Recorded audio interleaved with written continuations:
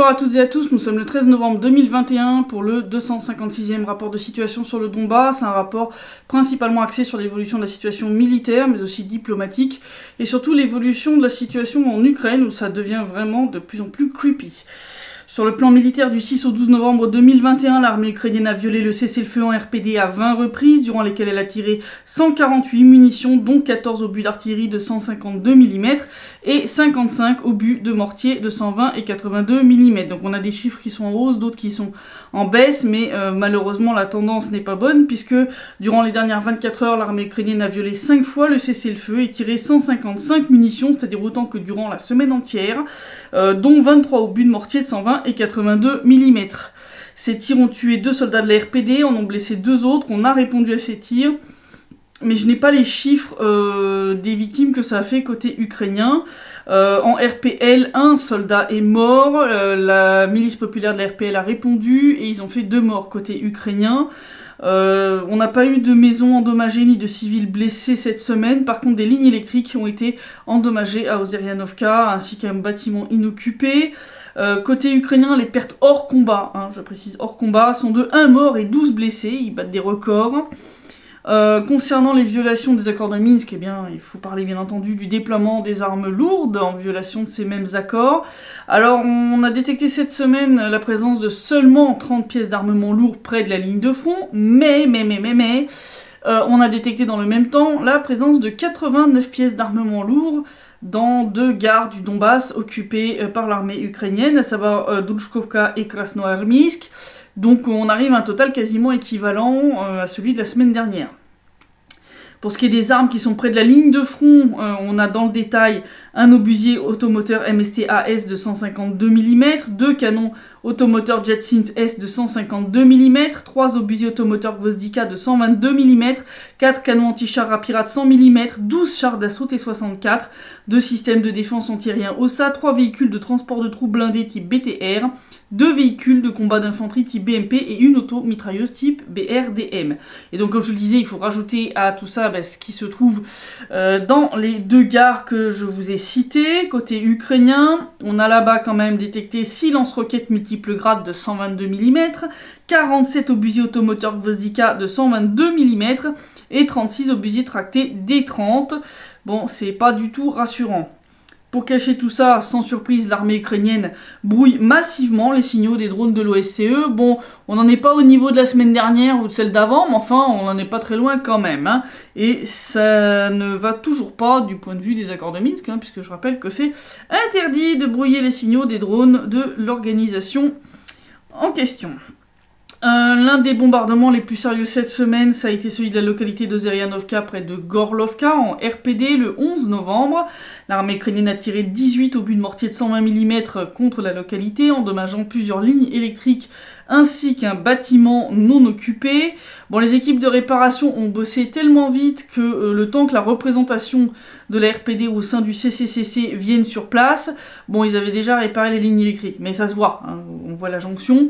Bon, vu la taille d'un des cratères qui est visible sur les photos fournies par la représentation de la RPD au sein du centre conjoint de contrôle et de coordination du cessez-le-feu, et vu la taille des éclats, je pense qu'il y avait aussi un petit peu d'artillerie lourde, et pas que des obus de mortier si tu veux, voilà.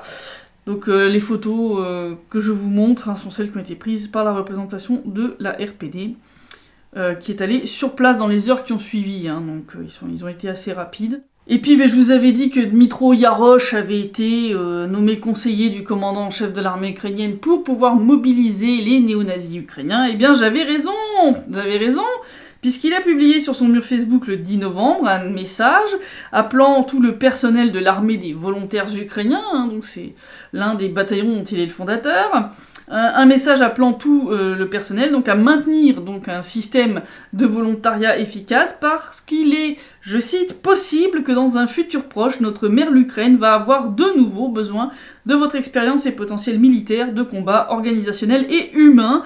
Et il a poursuivi en disant « Vous avez tous les contacts de vos commandants et quartier général, soyons prêts à défendre le pays. » Voilà, donc ça c'est ce qui s'appelle mobiliser les néo-nazis, voilà.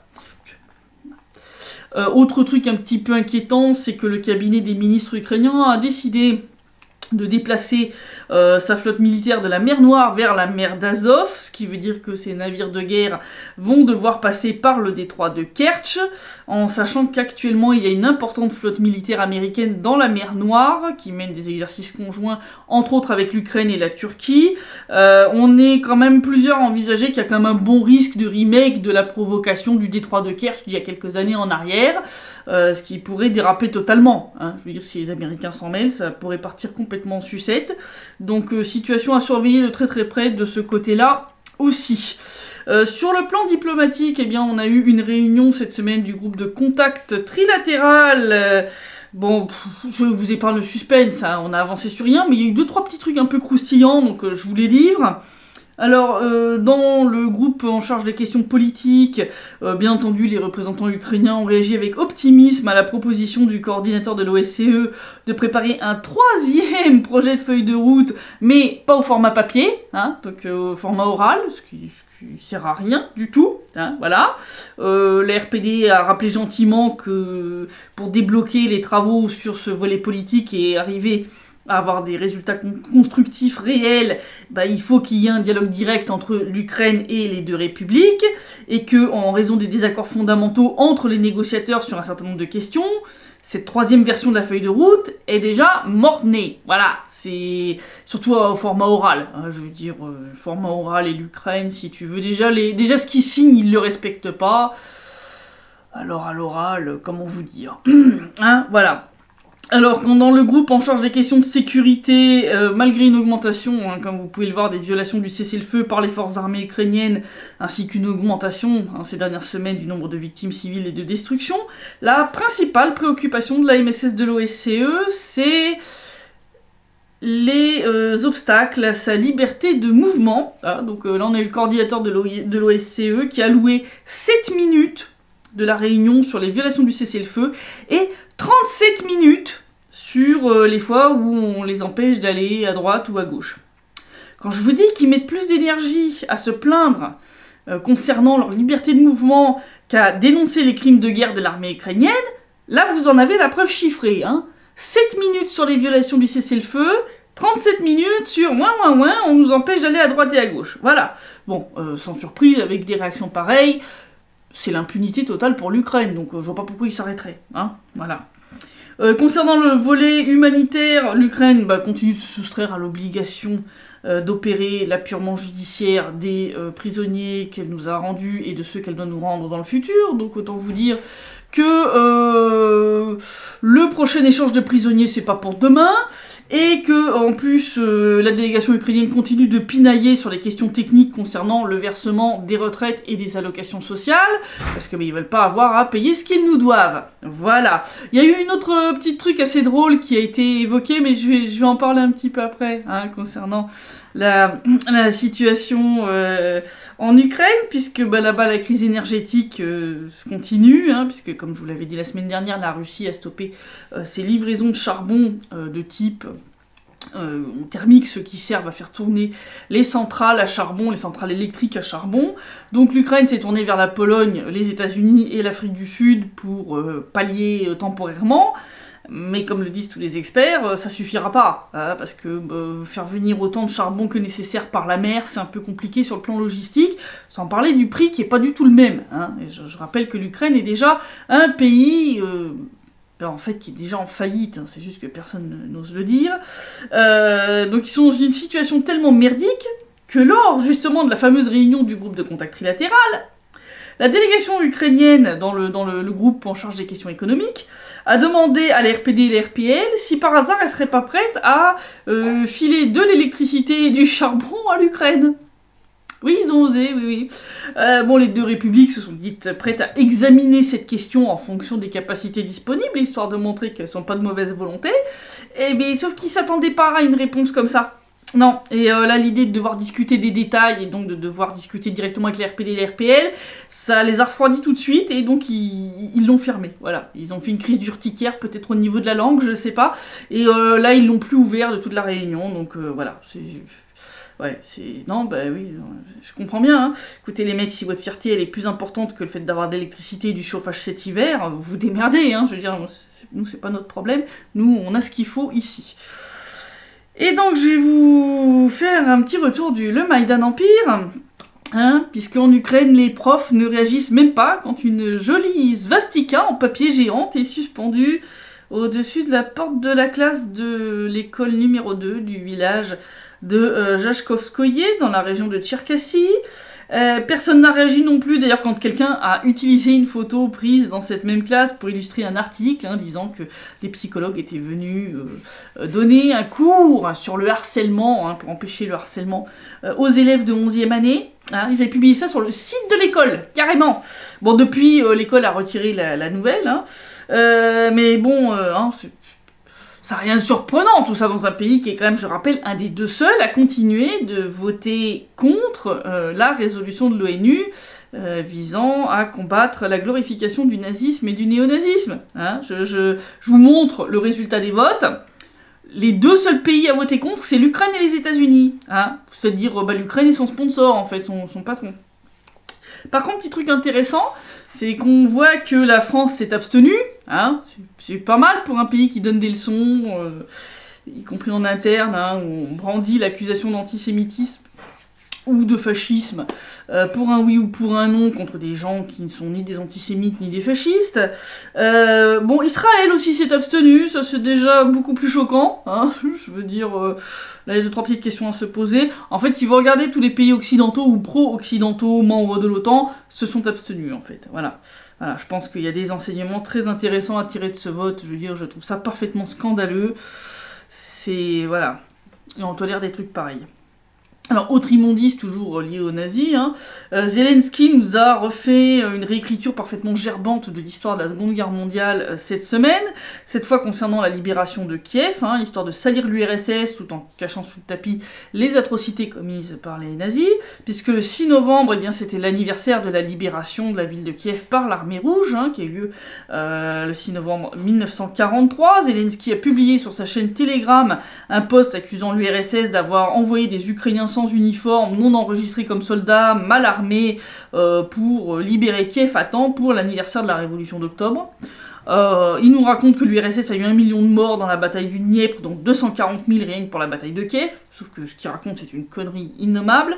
Je veux dire, même l'Université technique nationale de Kiev indiquait dans un article de 2013 que les pertes, c'est-à-dire les morts, mais aussi les blessés, les capturés, les disparus, pour la bataille de Kiev, se montait à 260 000 personnes. C'est pas juste les morts, si tu veux. Je crois qu'il a pas bien compris le principe de perte.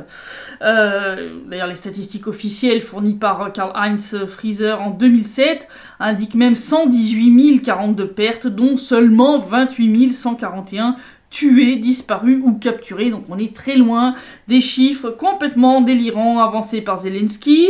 Bon, ce texte abject a été très durement commenté, bien sûr par les partis d'opposition, dont Vadim Rabinovitch, un député du parti plateforme d'opposition, qui a souligné que bon, l'impression qui se dégage du texte de Zelensky, c'est que pour lui, la cruauté du commandement soviétique est plus grave que les atrocités commises par les nazis, parce que ça, il en parle pas une seule seconde dans son texte, et t'as l'impression que la libération de Kiev des envahisseurs était pas une célébration ni une victoire, mais plutôt une grande tristesse, hein, ils étaient presque à porter le deuil, si tu veux, là. Hein, c'est un peu l'impression quand même qu'il se dégage du texte, et je suis d'accord avec lui.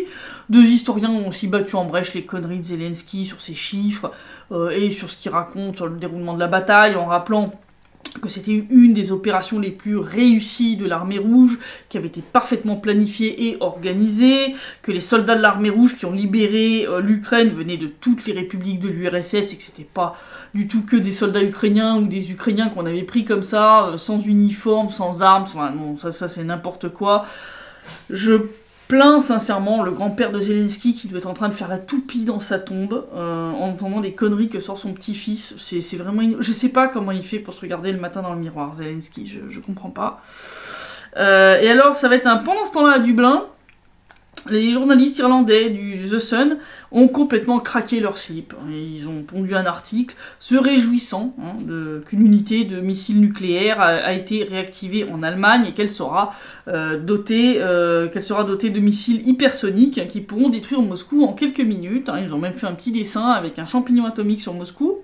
Bon, sauf que ces journalistes ont oublié deux, trois petits trucs avant de se réjouir du fait de pouvoir vitrifier Moscou ou pas. Premièrement, c'est que l'unité militaire russe qui protège Moscou de tout ce qui est menace aérienne a déjà reçu les tout nouveaux S-500 Prométhée.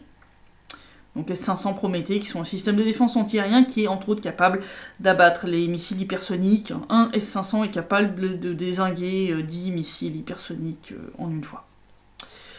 Donc vos joujoux vont se faire abattre.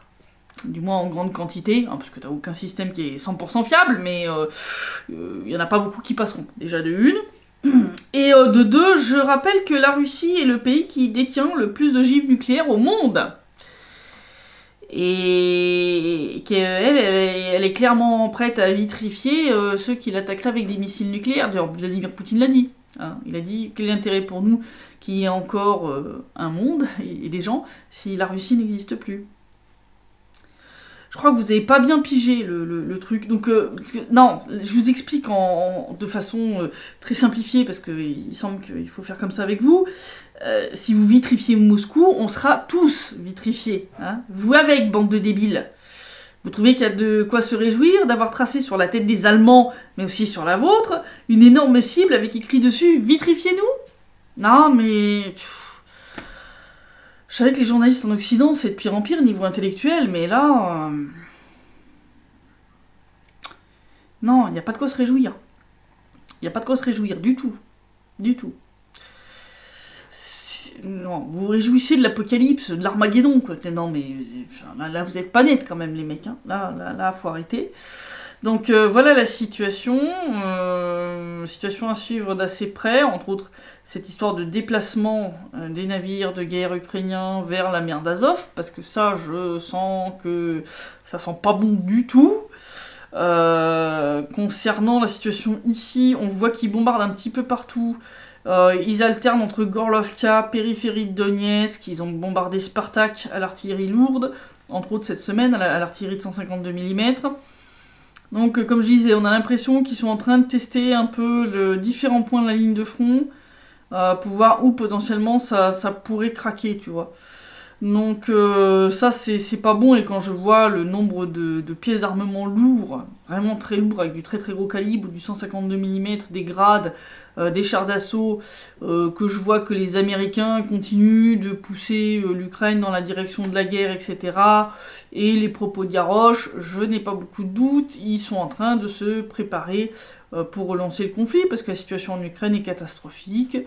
Voilà, crise énergétique, les gens manifestent dans la rue parce qu'ils n'arrivent plus à payer leurs charges communales, contre la vaccination, etc. Enfin, c'est vraiment la catastrophe en Ukraine, donc à un moment ils vont devoir détourner l'attention de la population, et ils continuent bien entendu de faire du lobbying intense contre Nord Stream 2, donc, dont on attend toujours la certification, le pipeline est prêt. On n'attend plus que la certification pour pouvoir envoyer du gaz dans les tuyaux à destination de l'Europe. Donc maintenant, tout est entre les mains de l'Allemagne, donc c'est à l'Allemagne de décider et de faire à un moment un choix. Voilà, donc situation à suivre d'assez près. Je vous dis à la semaine prochaine pour le prochain rapport de situation, et d'ici là, portez-vous bien.